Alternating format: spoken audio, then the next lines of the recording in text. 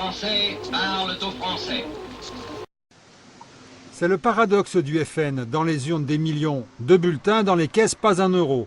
Résultat, dans les Alpes, le parti ne dispose d'aucun local officiel. Les militants travaillent chez eux ou bien sont accueillis comme en Isère par une association amie. Toutes les réunions ont lieu dans des salles louées pour l'occasion. On redevient des voltigeurs et je crois que c'est un avantage. La mission première, c'est pas tellement de faire de l'administratif, mais c'est d'animer nos militants de façon à ce que on soit plus prégnant dans la société. Aux dernières élections cantonales dans les Alpes, le Front National a obtenu en moyenne 17% des suffrages au premier tour.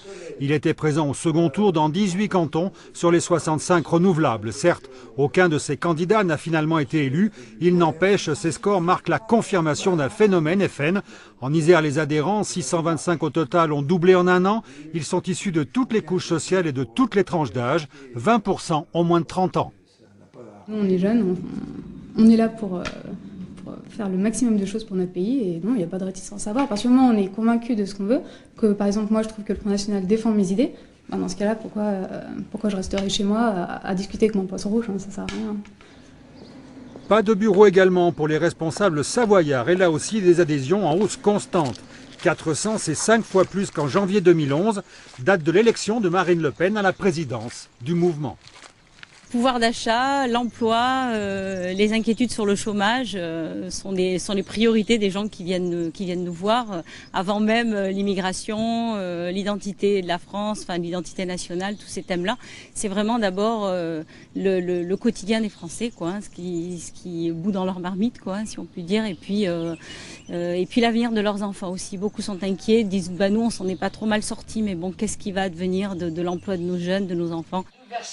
Les responsables du Front National l'avaient clairement annoncé, les cantonales ne devaient être que le premier étage de la fusée menant aux présidentielles et législatives. À un an de l'échéance, le FN est le seul parti déjà en ordre de bataille. Je crois que le plus important, c'est de montrer que nous avons des gens qui sont crédibles. Non seulement nous posons les bonnes questions, non seulement nous avons des réponses qui sont cohérentes, mais nous avons aussi des personnes capables de les mettre en œuvre. Très sincèrement, ça n'a pas toujours été le cas. Car pour le FN, derrière l'enjeu politique se cache l'enjeu économique. Ce sont en effet les législatives qui déterminent le financement public des partis.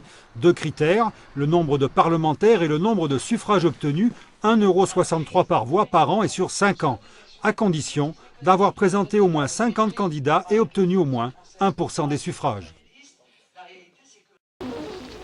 Veuillez écouter tout d'abord quelques messages personnels. Gabriel garde l'anonyme. Le manchot la serre dans ses bras.